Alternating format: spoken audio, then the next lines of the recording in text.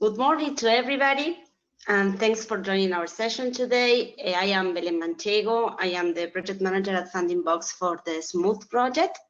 And today we will have a session on the main GDPR compliance challenges and how to overcome them.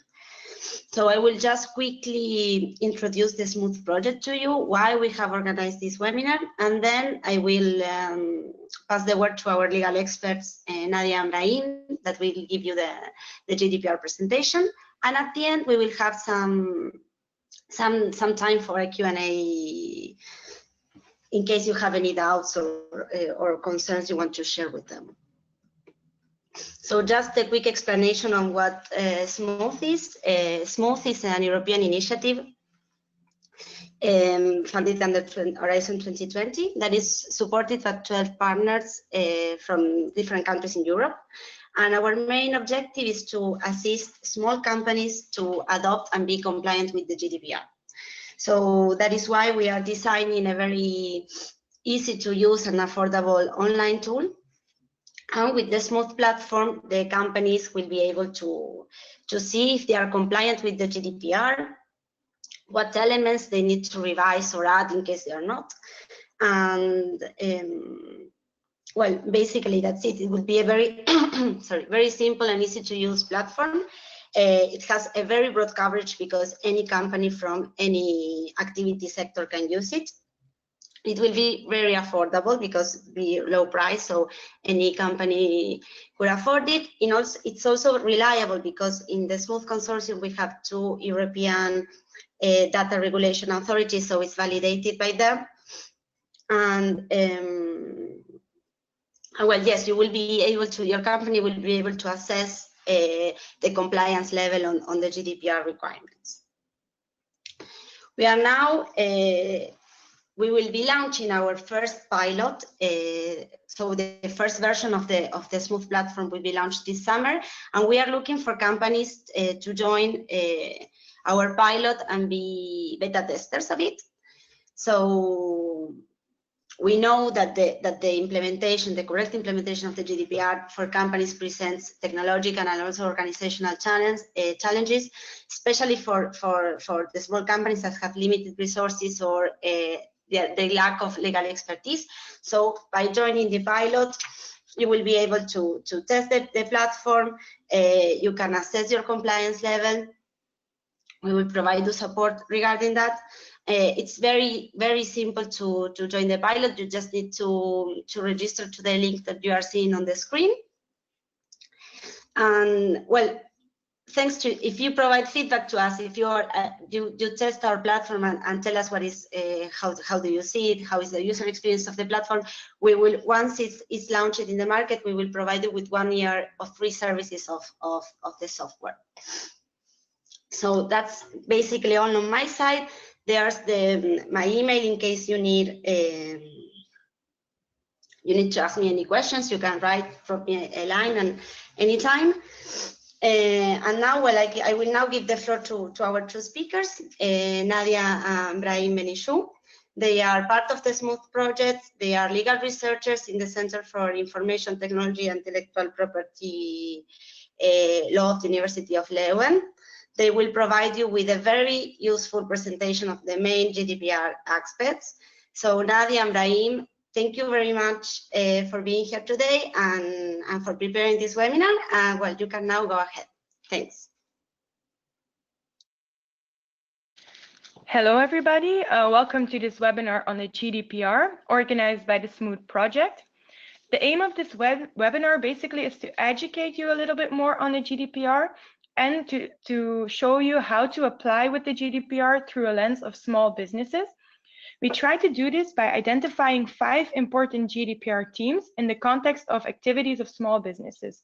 Hence the title, 5 GDPR Amendments for Small Businesses. Let me change the slide. We will start with an overview of the topics Brahim and myself will touch upon on the following 40 minutes. I assume this is not the first time you all hear about the GDPR, so I will limit the introduction to the GDPR in a nutshell. Then I will delve into the scope of application of the GDPR, focusing on to what, to whom, and where the GDPR applies. After this, I will discuss the very important lawful basis for processing personal data. From then on, my colleague Brahim will take over to discuss the updated data protection principles, the importance of data security, and the data subject's rights. We will end with some key takeaways for you to keep in mind.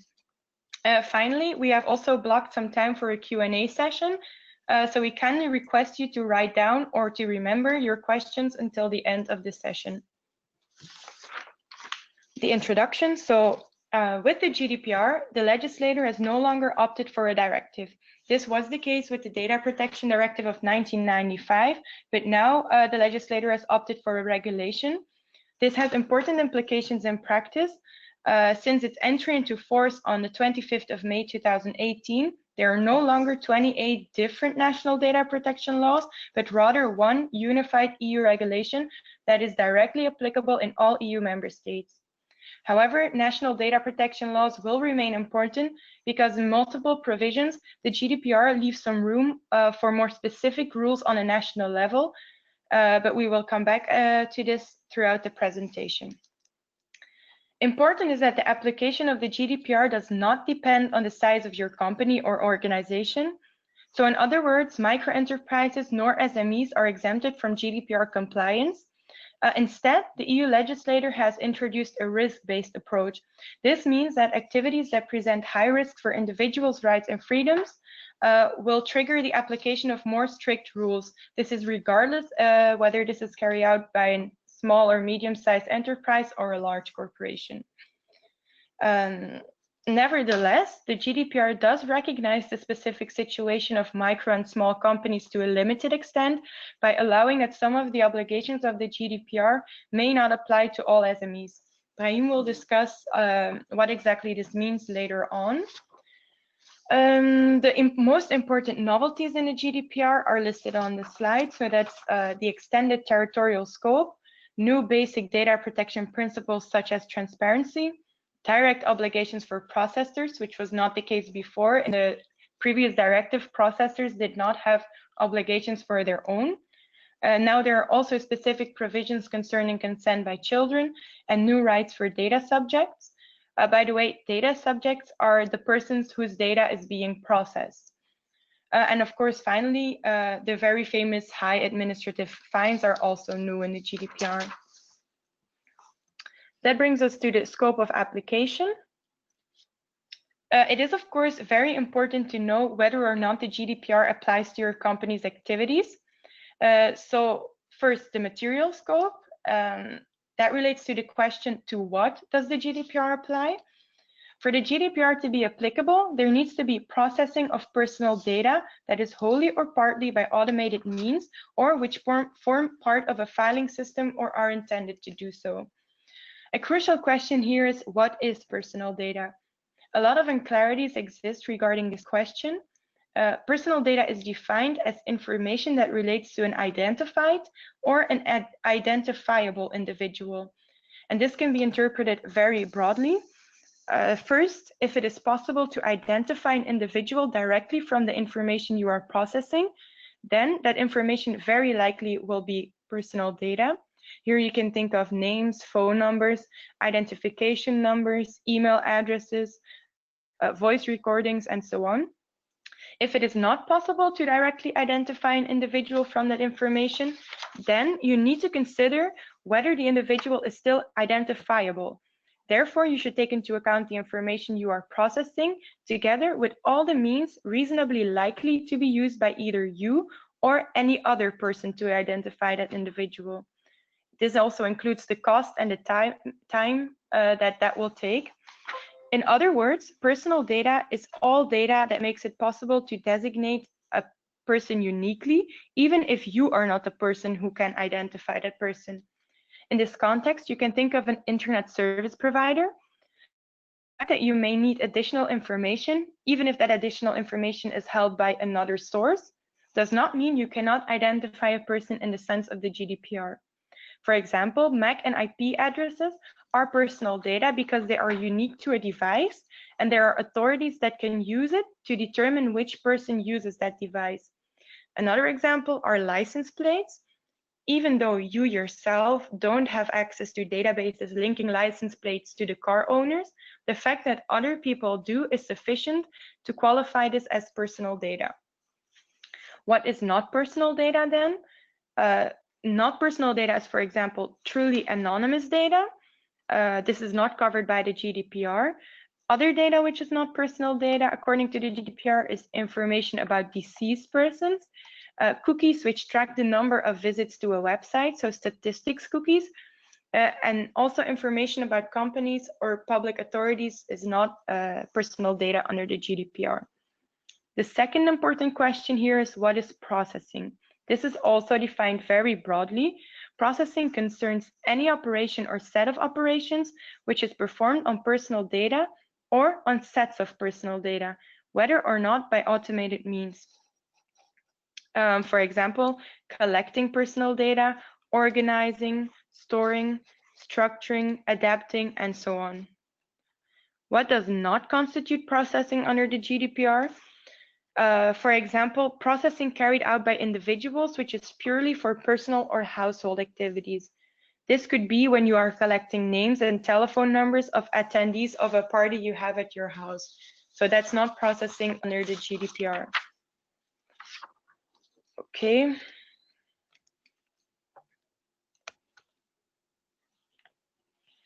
Okay, there is some unneeded window. Is it better now? Yes, Nadia, is perfect. Thank you. Okay, so we carry on. Personal data can be divided in, no, this, yeah.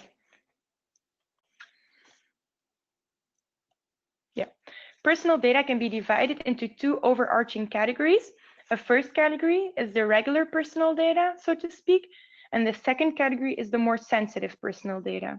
This last category can again be divided in subcategories such as data on criminal convictions and offenses, personal data of children, and special categories of personal data.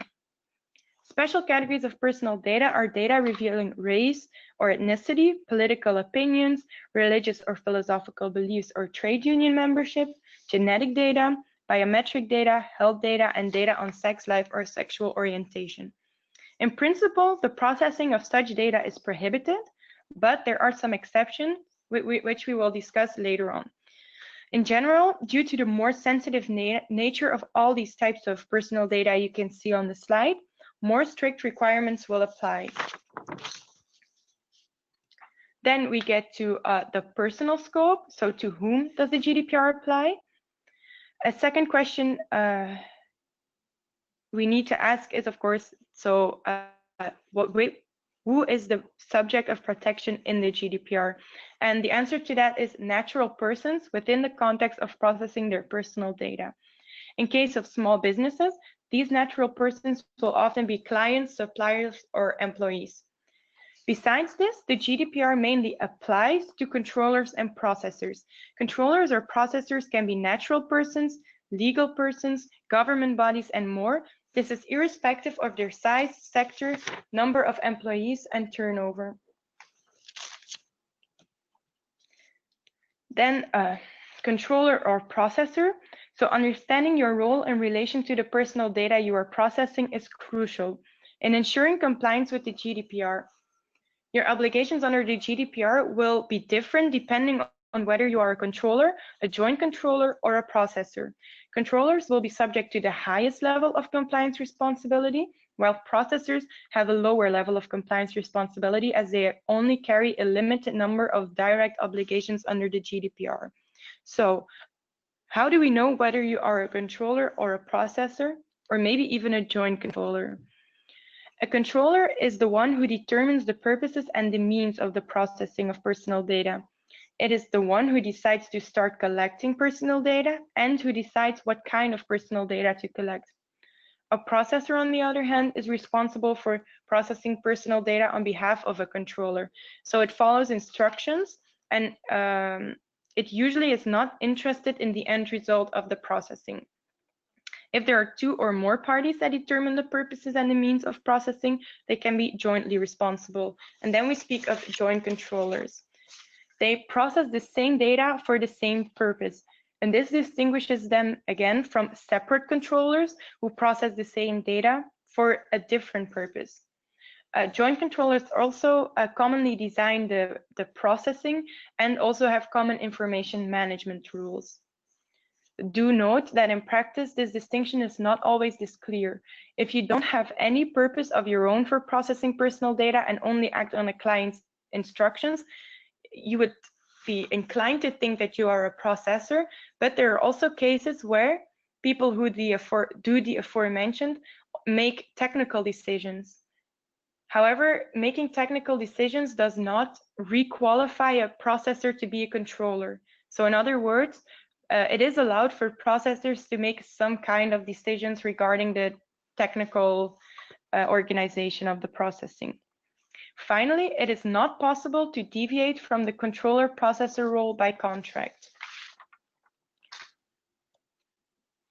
Finally, the territorial scope. So where does the GDPR apply? There are 2 main criteria to determine this. First, there is the establishment criterion, which speaks for itself. So whenever a controller or a processor has an establishment in the EU, the GDPR will apply. This is regardless of whether the processing happens in the EU. The second criterion is the targeting criterion. So this is for cases where the controller or the processor does not have an establishment in the EU, but however targets data subjects in the EU by offering goods or services there, or by monitoring data subjects' behavior in the EU. Some practical questions that arise here, or that can arise, is what if a controller is in the EU but works with a processor to which the GDPR does not apply? In that case, it is very important for the controller to ensure by contract or other legal act that the processor processes the data in accordance with the GDPR. This is by means of a data processing agreement. Then what if a processor falls under the GDPR but the controller does not? The answer to that is that a non-EU controller will not become subject to the GDPR simply because it chooses to use a processor in the Union. Then we get to the lawful basis for processing. This is a very important subject.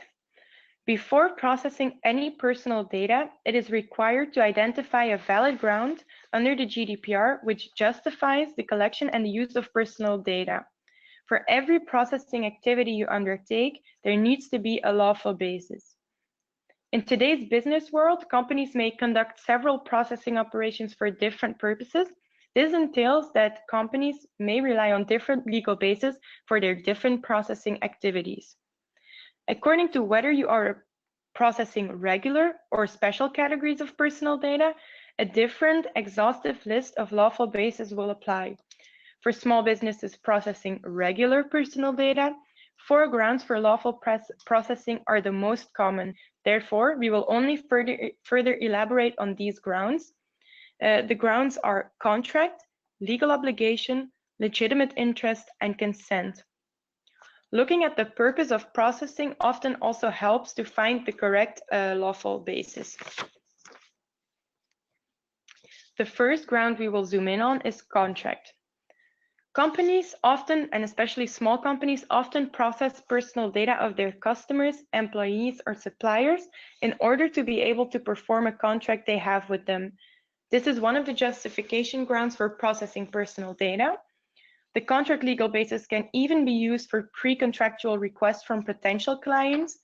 Here you can think of a potential client who asks a home repair company to provide a quotation to paint his house. This is necessary to fulfill the pre-contractual request that was made. Important here is that the processing must be necessary for the performance of the contract. So here you can think of contact data, including a delivery address of a customer who ordered certain goods to be delivered at his or her house. So for the goods to be delivered at this person's house, it is necessary that the delivery address is processed by the company.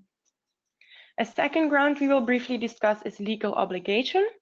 For this ground to be applicable, processing needs to be necessary for compliance with a legal obligation of the controller, and that obligation to process personal data must be imposed by EU or national law. For example, employers who must report salary data of their employees to Social Security or tax authorities. Then the third lawful basis that is relevant for small businesses is legitimate interest. Sometimes personal data processing is necessary to pursue legitimate interests of the company or even legitimate interests of a third party. Those interests can serve as the legal ground for processing. However, unfortunately, there exists no exhaustive list of legitimate interest. It can concern commercial interest, individual interest, or even broader societal benefits, amongst other things. So a case-by-case analysis of these interests is necessary to determine whether the interests are legitimate in the sense of the GDPR. Some examples of potential legitimate interests are direct marketing, processing to prevent fraud, or IT and network security, and many more. When you rely on legitimate interests to justify your processing activities, it is necessary to carry out a three-step test, which is called a legitimate interest assessment. First, you need to identify a legitimate interest.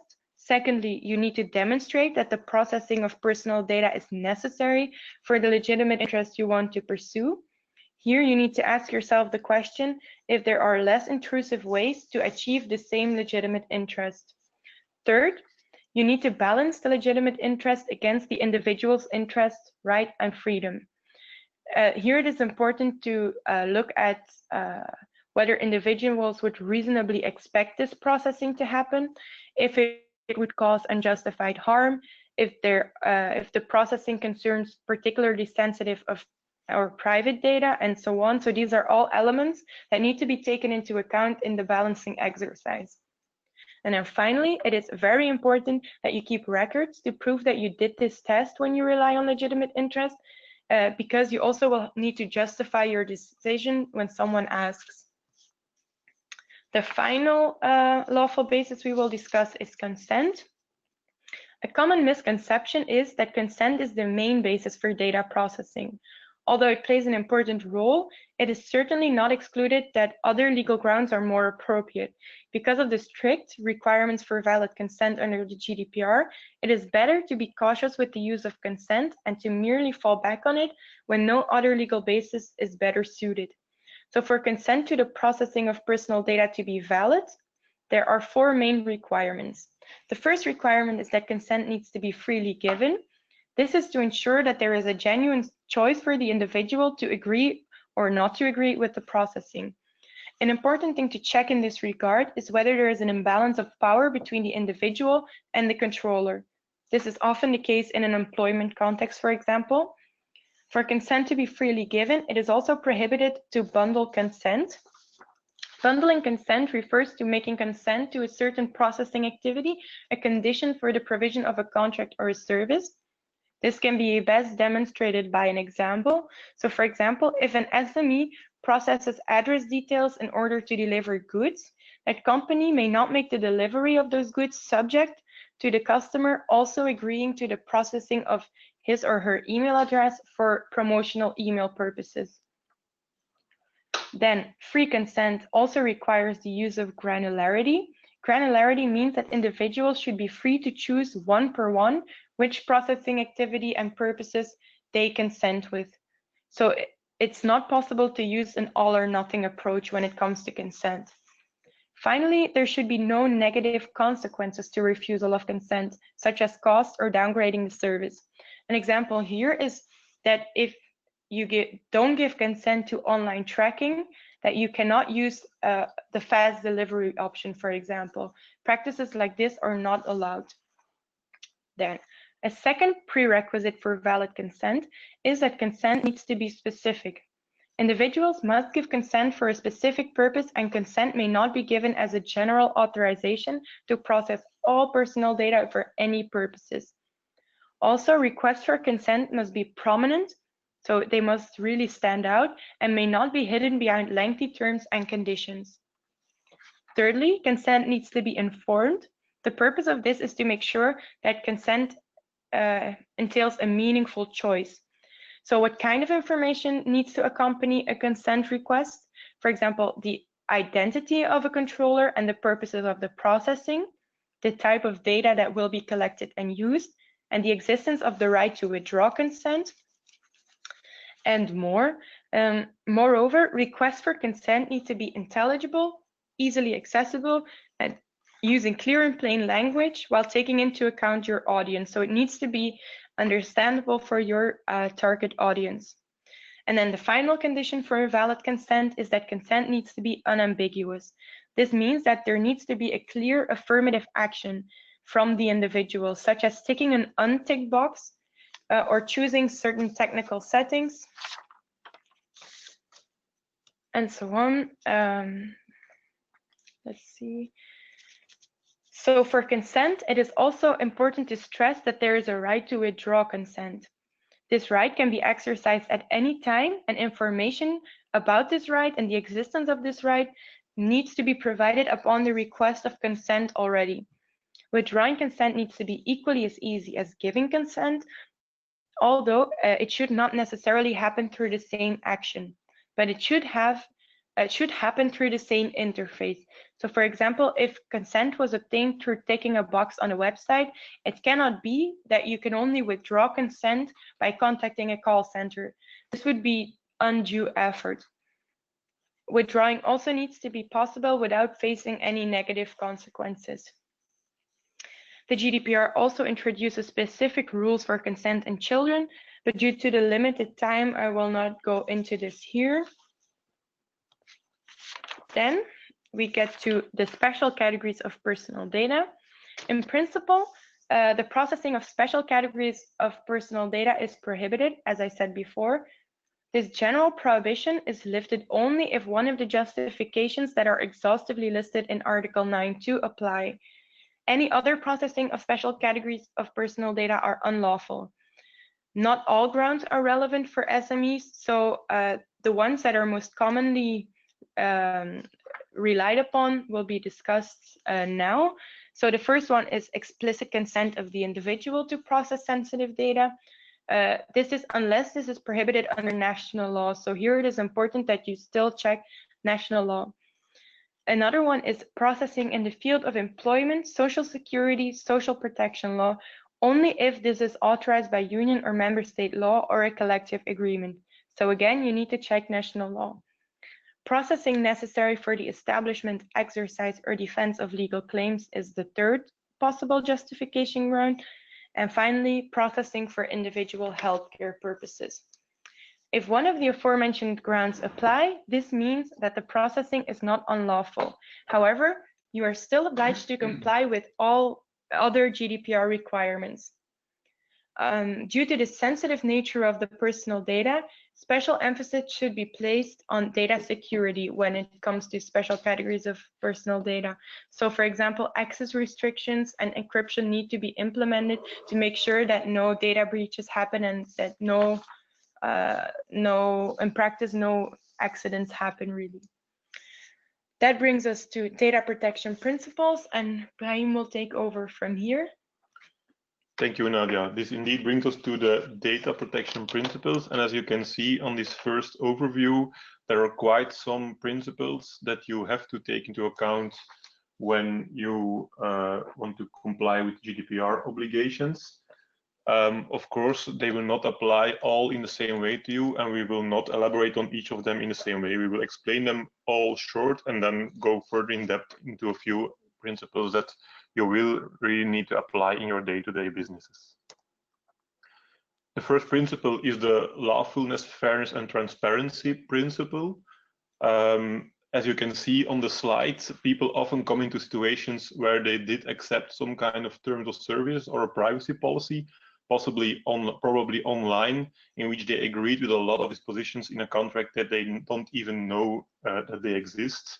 So here it is clear that besides lawfulness, there's also need for fairness and transparency, and that persons need to be really informed about what their obligations are under an agreement and how their personal data will be processed. the GDPR tries to avoid this by adding to the lawfulness, as explained by Nadia, the question, do I have a legal basis? Also the questions, is the person whose data I'm processing really aware and informed about how I will process it? And the fairness principle, meaning that you have to ask the question if the person really expects the way that you will use the data. Is the way you will use the data fair? Transparency provides means more than just putting it in terms and conditions. As you could see in the cartoon, it's not enough and nobody reads them anyway. So GDPR really demands that you inform the data subject in an effective way. So not obscure, hidden below a page or behind in a contract, but in an effective, upfront, easily accessible and understandable way. And also it has to be in clear and plain language. This is a difficult exercise because, of course, from one side you have to inform as much as possible. On the other side, it has to be clear and concise. So it's really a case-by-case evaluation. How will this go in practice? By putting informative notices below forms, below in mails, where you explain why you're emailing a certain customer or why a certain person is receiving this or that communication. We all know those, but it's really important to put those there in a way that persons whose data is processed cannot miss it. Then also the fairness principle, even if you have a lawful basis and if you provide some transparency to the data subjects, you still must use the data in a fair way, which means that you cannot use tricks to trick the persons and then use data in another way that they will not be expecting. So you can always test this by asking yourself, if I would be the data subject, would I expect that my data would be used in the way that I will be using the data of my data subjects at this moment? Which brings us to the next principle, which is a very important one under the GDPR, accountability. The question here is, can you demonstrate that you comply with your obligations? This principle is actually the main reason why there is so much to do about the GDPR, because all European countries and the European Union already had their privacy legislation prior to the GDPR with rather strict obligations too. But before, in most countries, it was the case that you could only be tapped on the fingers if there was if there were signs or if somebody could prove that you did not respect privacy legislation. Whereas now this has changed. The obligation to prove compliance is now with the company. So as a company, you must be able to demonstrate at any time that you comply with all obligations under GDPR, both to the government and to the data subjects whose data you are processing. A few examples on how this is also inserted in specific obligations in the GDPR, or for instance, the records of processing, in which you have to document all your processing activities, where the data are processed, where they come from, where they go, etc. If you would ever have an audit from a data protection authority, and I hope not, of course, this will be the first thing they ask, because they can this gives them a helicopter view on all the processing activities within your organization. They can immediately see if there are some processing activities that in their opinion are missing, or if some things that are written there are contrary to the obligations under GDPR. Other examples are the data breach registry, in which you have to register every data breach that occurs, even if you did not have to notify it to the government. Appointing a DPO, performing document assessments, etc., are all ways to make sure that as a company you keep track of everything you do under the GDPR and are able to demonstrate to the government that you have done it in a right way. This, of course, creates a heavy administrative burden, and so it would have been right that small companies are exempt to a certain extent for these obligations, but yeah, pitifully, it's not really the case. They did provide some exemptions, but these are mostly risk-based. For instance, records of processing must only be established if you have 250 employees or more, but must also be established if you have less than 250 employees, but process data on a regular basis. This means that actually almost any company with less than 250 employees will also need to establish records of processing. Anyway, I can tell you that the Belgian Data Protection Authority has already issued an advice that it considers every company with at least one employee as a company who regularly processes personal data and therefore has to keep records of processing. Some kind of exemption is the obligation to appoint a DPO, but also this obligation is actually risk-based. where as soon as you will do processing that presents a certain risk, you will have to appoint a DPO. But where, of course, small companies will less easily have do the kind of processing that is of higher risk, and therefore will less easily require to appoint a DPO. So in some way, there are less burdens for small companies, but in the end, the administrative burden is still very heavy for small companies. Which brings us to the next principle, the data handling principle. It's of course logic that as everything under GDPR is about data handling, that there are specific rules on how you can or should handle this data. This principle is subdivided in 4 sub-principles: the purpose limitation, the data minimization, the storage limitation, and accuracy. Purpose limitation means that you can only use data for the purpose, the legitimate purpose that you collected it for. So as Nadia explained, you need a legitimate purpose to comply with the lawfulness requirement. So you cannot collect data for one purpose, which is lawful, and then start using it for another. An example of that could be a phone number. If you need to deliver something to your client and you receive his phone number only to make sure that he's home at the moment that you deliver it, you cannot start using this phone number afterwards to make commercial calls and to try to sell things to these clients or to share this phone number with other persons who want to contact that person. The next principle, data minimization, means that you can only collect the data that you really need for legitimate purpose. We often see in forums that a lot of data is asked, which of course has a purpose, because the more data you can collect from your clients, the more efficiently you can market your product to them, the more you know about them. But this is not allowed, at least you cannot obligate them to provide such data. So if you don't need to know the gender of your client, you cannot ask that in a mandatory way. You cannot obligate them to fill that in. In the same way, you cannot ask other information about their marital situation if that's not required for the service or product you deliver. The next one is storage limitation, which means that you can only store personal data as long as required. In first instance, for the service or product you will be providing, but then of course there are also some legal obligations, like tax obligation, that obligate you to store all documents to prove your income during, in Belgium, at least 7 years. So even if you cannot use certain information anymore in your client relation because the client relation has ended, you may still need to keep them for 7 or 8 years. But then afterwards, you will still need to do regular checkups to see if some of this data has not passed these delays, and you will have to delete from time to time older data. And then finally, accuracy means that you have to keep the data that you have on your from the data subject you process accurate and up to date. Not only do you have to keep it secure and safe, you also have to make sure that what you obtain and maintain is correct.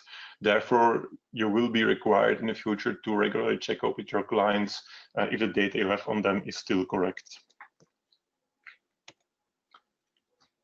The next principle is the risk-based approach. This is also very important for small companies, as I already briefly touched in the previous topic, because the risk-based approach actually means that any obligation under the GDPR, not any, but most of the obligation under GDPR will vary strongly depending on the risk of a specific processing activity.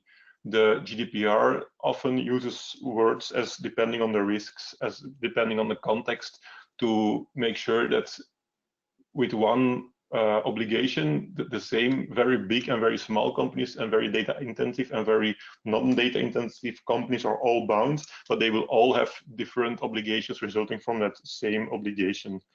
This can of course also be used to justify that small companies must apply the obligations in a less strict way than large companies, of course, except if they are very data intensive and use a lot of sensitive data, for instance. Risk is, of course, as we all know, the potential severeness, the possible severeness of the damage times combined with the probability. On the next slide, you can see an example. This is only an example of a risk matrix in which you can see that it's logic that if the risk that specific data processing has caused severe damage is insignificant and the probability that it occurs is rare, then you're at 1-1, that there's no need to take additional measures to protect the data. Of course, if the likelihood that an incident occurs is possible, and if an incident occurs, the damage will be moderate.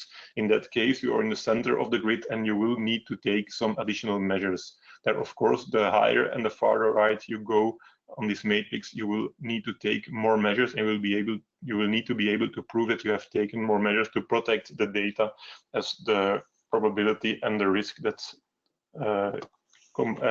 is linked to it will rise. So, as we said, we will need to establish both the potential damage, the severity of the damage, and the probability that such damage occurs. How can you establish the severity of the damage? Well, the question is, of course, what would happen if unauthorized persons access the data, or if you have a data breach and the data is out in the open? Will people be able to abuse that data against the persons who the data belongs to? Of course, the more chance it will be abused, the higher the damage is. Here you have some guidelines, such as if you process sensitive data, of course, the damage will be higher. Also, if the data is unique, for instance, if you need to process for some reason the social security number of a data subject, this number is unique and cannot be changed through real life. So once it is out there in the open, it will always remain out there in the open, and the person who it relates to cannot change it. So that's information that must be protected to a further extent than general information is easily modifiable and does not provide insight in person's life. Then also the fact that information provides insight in the day-to-day life of a person. For instance, an application that is linked to a car and that allows insights in when a person usually gets home and leaves house, provides a far insight in his private day-to-day life and is more sensitive. So if that kind of information leaks, the person will consider this as very damaging to his private life. Then, besides the severity of the damage, you also have to establish the probability. Here, of course, the probability of some event, some adverse event to occur, will have to evaluate it in the effective context. What are the vulnerabilities of a process? If information is only kept on paper and in drawers, then of course the risks that the information is leaked is much lower than when it is stored in a digital way with a lot of people who have access to it and where it is transferred from company to company. Also, a question here is, of course, if the data is in demand. For instance, financial information, a lot of hackers are trying to retrieve financial information. So that means that the chances that you will undergo an attack to find the financial information of your customers is higher than for other information.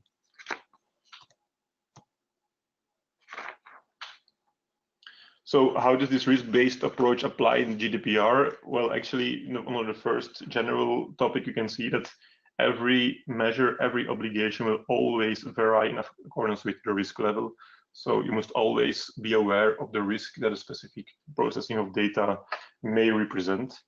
There are also a number of specific risk-related obligations, such as the obligation to notify a data breach, such as the appointment of a DPO if you have higher risk processing activities, the obligation to conduct a data protection impact assessment when you do high risk assessments, etc.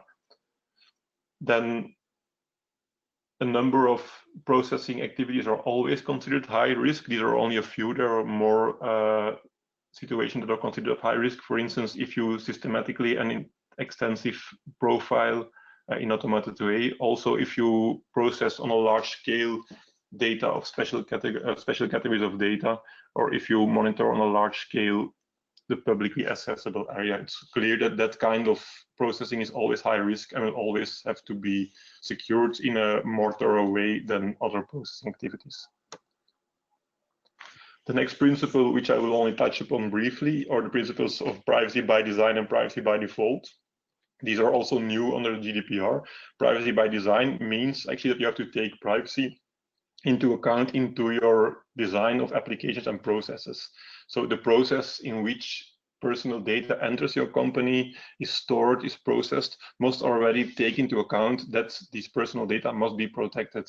That way, risk is lower that something can go wrong and that the data will be breached or will be misused.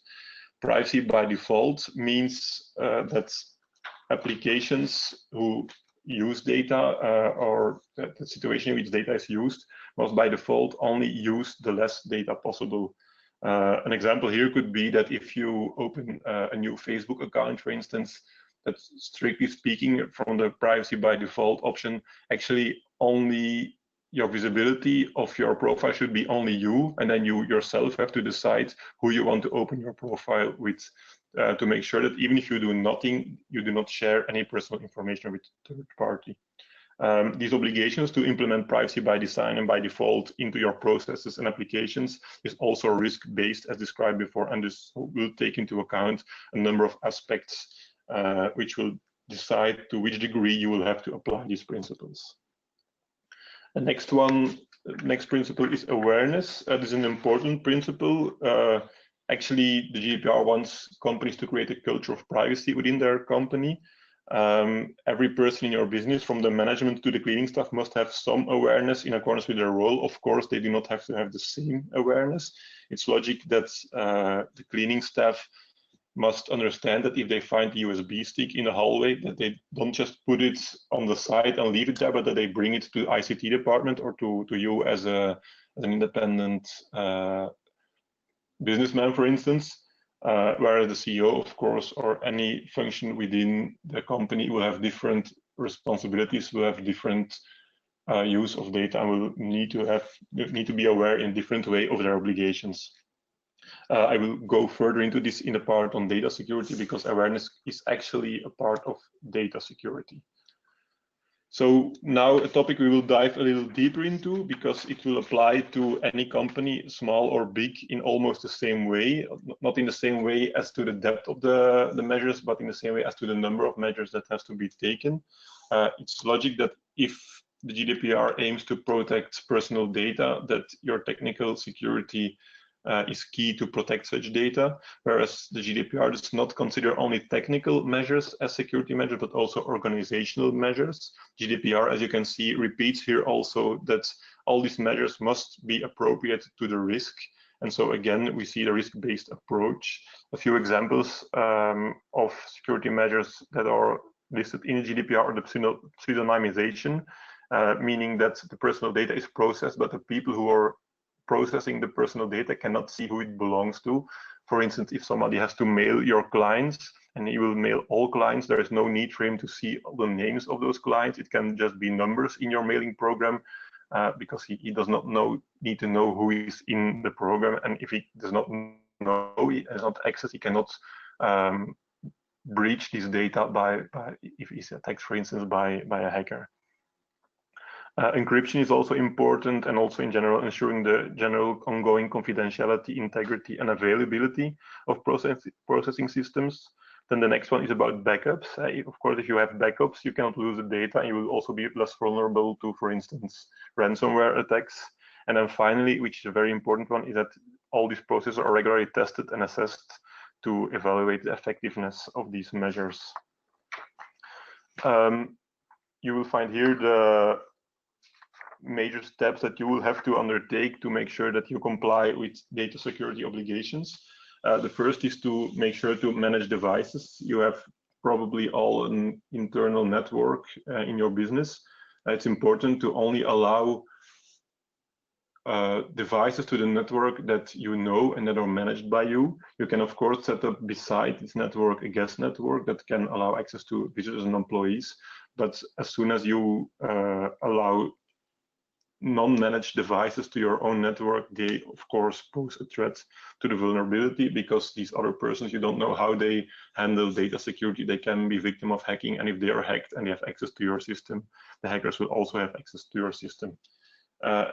Next one is to make sure to define a role and access policy. This means that you have to organize your information in such a way that persons can only access the information they need to access.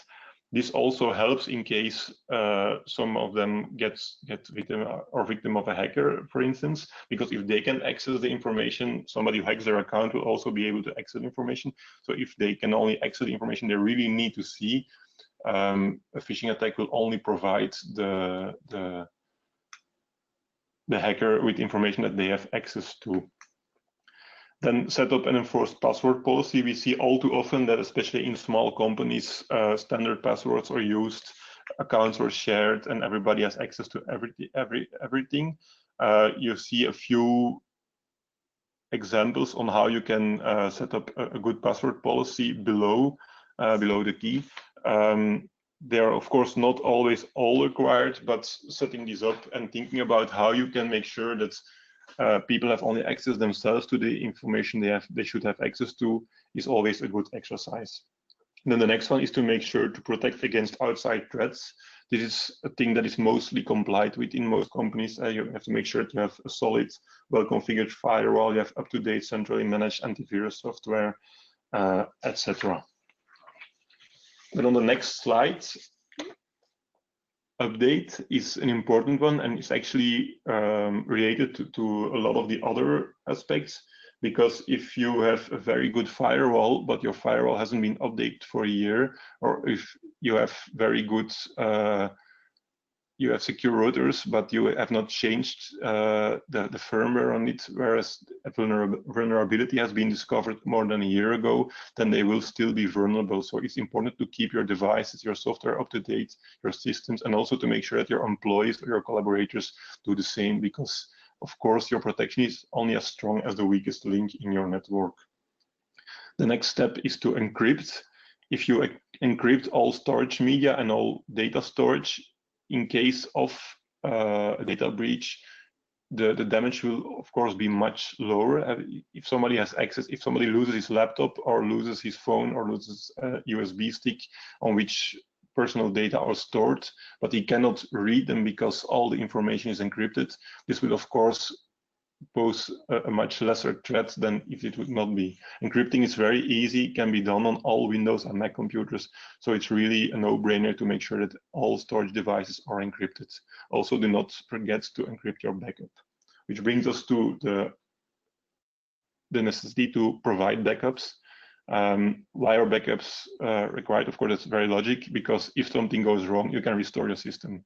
If you have backups and these backups are secure, then even if you would be the victim of a phishing attack or a ransomware attack, you would not have to pay anything, you would not have to worry about it, because you could just reset your entire system, reinstall the backup, and you can continue with your business without any loss. Here, of course, what is very important to make sure that your backup is not linked to your main network, because if it's linked, then your backup can be compromised too under a phishing attack, under a ransomware attack. And also test if your backup works. I've already experienced with clients that they had a backup, they never tested it, and they wanted to reinstall it and continue using it. And apparently something was wrong all the time that they were using their backup, and they could not use their backups. So it's really important to test if your backup works. And then the final advice I can give you from a data security point of view is to monitor and log.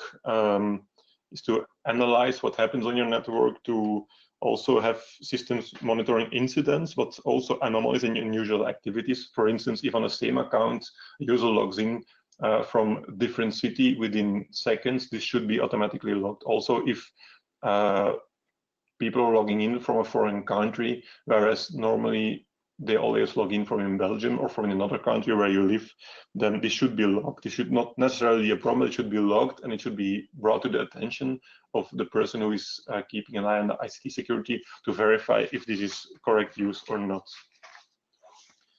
And then this brings us back to awareness. We already touched upon awareness in the previous topic. Here you can also see that no matter how many technical security you can have in the one corner, if you have Dave in the other corner, everything can still go wrong if Dave does not comply with the procedures. You can always compare it with if you want to secure your building and you set 3 locks or 4 locks on a door, but your personnel is sick of always having to open all the locks and will just leave the locks open and the door open to easily walk in and out. Your locks will not be of any use at all. And that's exactly why awareness among your employees about why security is important is key. How can you create awareness?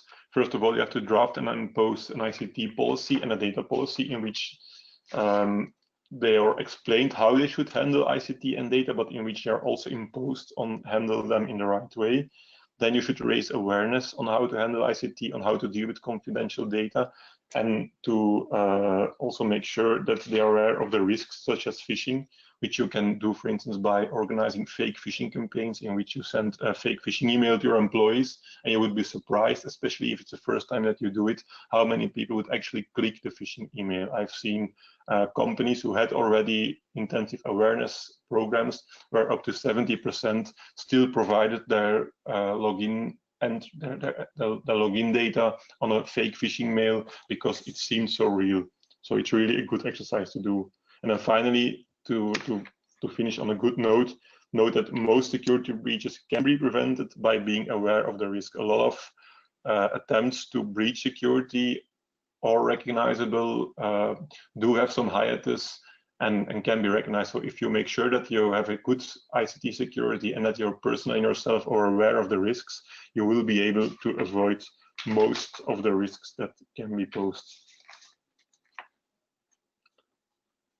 This brings us to the last subject, data subject rights, which I will touch upon more lightly as I see that I'm running out of time. Quite a lot even. So these principles are the right of data subjects to information and access to the data, of rectification of their data, of erasure of their data, of restriction of the processing that you make of their data.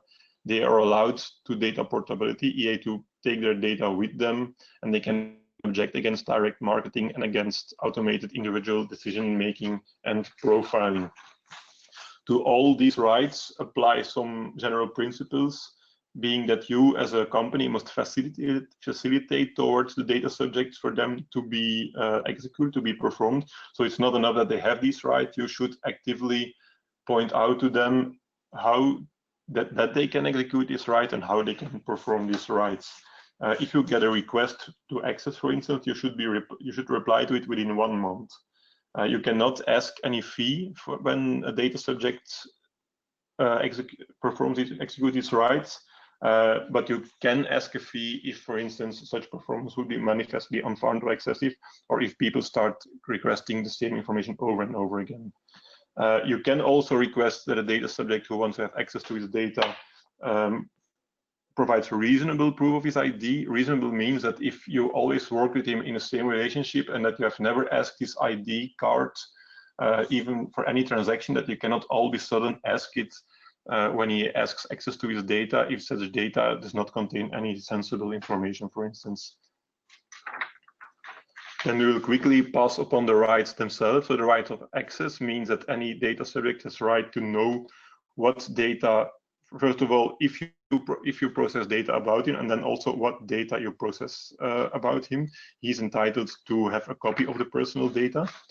The next on the right to erasure, or more commonly known as the right to be forgotten, means that under certain circumstances, a person can ask that all the data about him or her is deleted. You all probably have heard of the Google case where people were asking that their name be removed from Google search results because they considered that become obsolete. Note that this is not an absolute right, that this is only in specific situation that you can ask to be forgotten. And that, of course, if you as a data controller have other interests or obligations to keep this data, you will not need to erase it. The right to restriction of processing is a right of data subjects to ask you to stop using the data but not deleting it. This will mostly be the case if, for instance, they want to file a complaint at the Data Protection Authority and they want to avoid you to erase the data.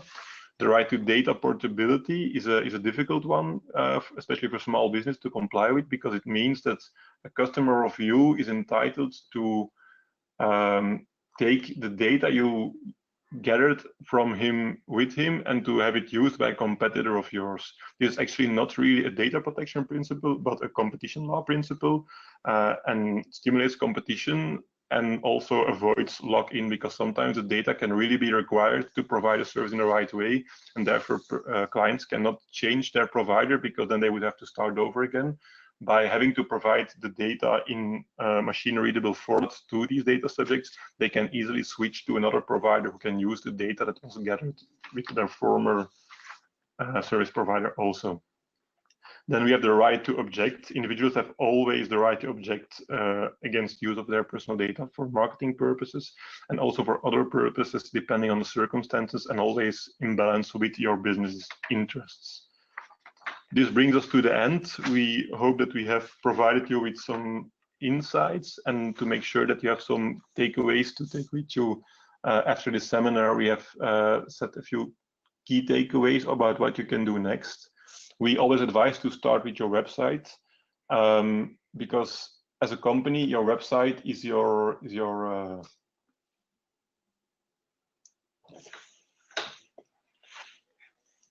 very visible to your website. Anybody can visit your website and immediately see if you're compliant or not. So it's the most visible aspect. Therefore, if you already put your website in order and you put on a privacy policy, a cookie policy, and provide some notification below your forms, somebody who wants to verify if you're GDPR compliant and visit your website will at least have the ID that you're compliant when looking at your website. The next step would be to map the data and to make a register. This should in theory be the first step, because of course if you map your data after drafting your privacy policy, you may need to adapt your privacy policy, but that will be the case, and it's still better to start with your website.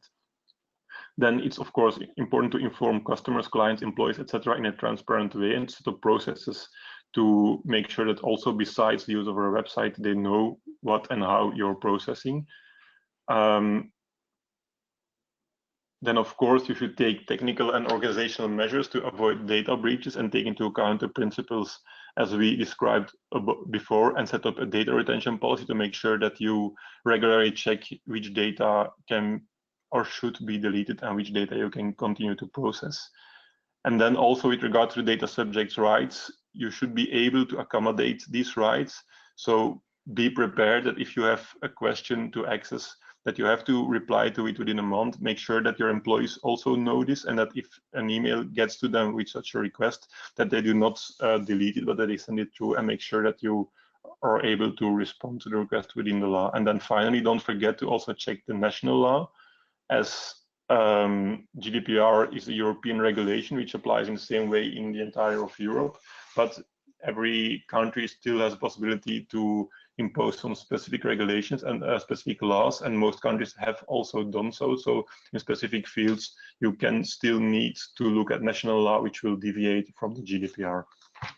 We hope to have helped you on the way of GDPR compliance in this way, and we are happy to hear about your questions. If I understand it well, you can ask your questions through the chat tool that you can find below in the GoToMeeting tool. Thank you. Okay, can we open the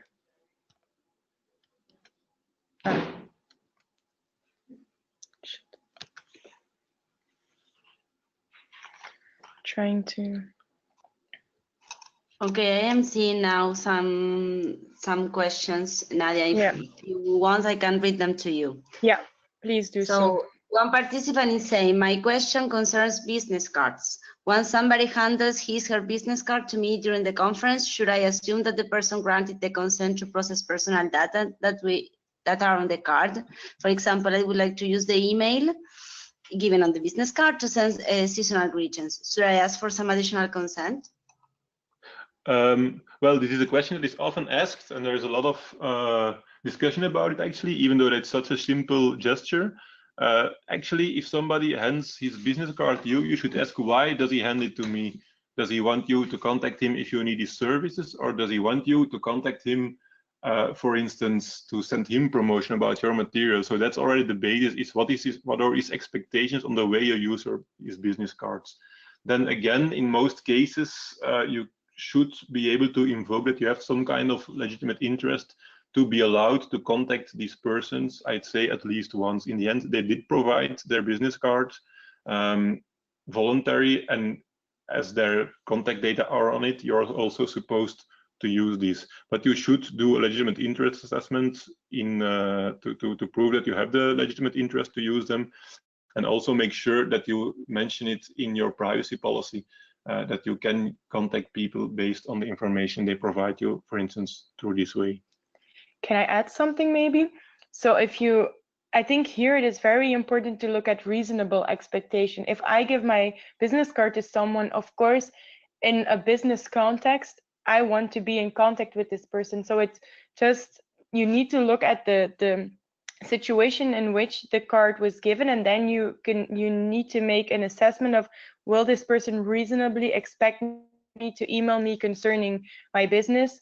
Probably the answer will be yes, but will this person for marketing or events, then maybe no, but you could still do the legitimate assessment test case by case, because there's not one clear answer for every case, unfortunately. That's typical about the GDPR, I think. So we hope this answers your question a little bit. Okay, I have now received another question. Well, similar to business cards, RBC saying, similar to business cards, how long can you keep CVs after position is closed for any future use? Well, it depends. For instance, the Dutch Data Protection Authority has advised that you can only keep them 8 weeks, which is very short and which is actually too short in my opinion. Mostly I advise to clients that they should be allowed to keep them for at least 1 year, for 1 year, but then it should be made clear also in the privacy policy, and in the job posting should also be referred to the privacy policy. The problem with CVs is that they do help you as a company to remember who has applied for a position before, but also that they get obsolete and that therefore you cannot keep them forever, I'd say. But if you want to keep them, for instance, in a recruitment reserve, what you could do is already ask to the employee if you can add them to a recruitment reserve and keep them, for instance, for 2 years. And then at the end of the 2 years, you can send an automated mail to ask if they want to stay in your recruitment reserve for another 2 years.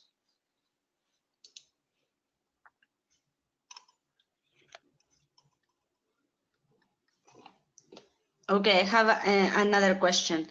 How do I involve my employees in GDPR compliance in my business? Sorry, can you repeat the question? How do I involve my employees in GDPR compliance in my business? Well, at first by making sure to have an ICT and a data policy in which you really think about what can they do with the ICT infrastructure and with the tools they get, and then also drafting a data policy in which they are explained on how they can and cannot use data. For instance, that they should not send lists of personal data through email, but they should share it via secured platform, etc. Then, of course, this will not make them aware already. Another thing that you could do is, for instance, send them, as I said before, the phishing campaigns where you can test if they are aware of the risks certain mails can present, and then also have some trainings or sit together with them and try to explain them the importance on not looking into personal data of other persons and making sure that data can only be accessed and used for the purposes that you can mean. I've seen some more playful campaigns in companies, for instance, where they work with fortune cookies, and in each fortune cookie it was like a saying, an invented saying about how you should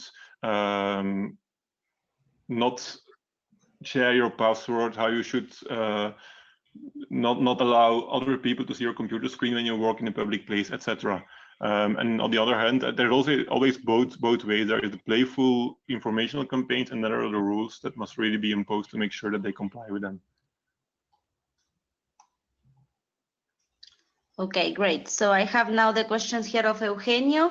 He's asking, if I already got the data long ago and I am using in my machine learning algorithms, should I stop using them until the data I have allow me to use it? The question there is also, is it personal data?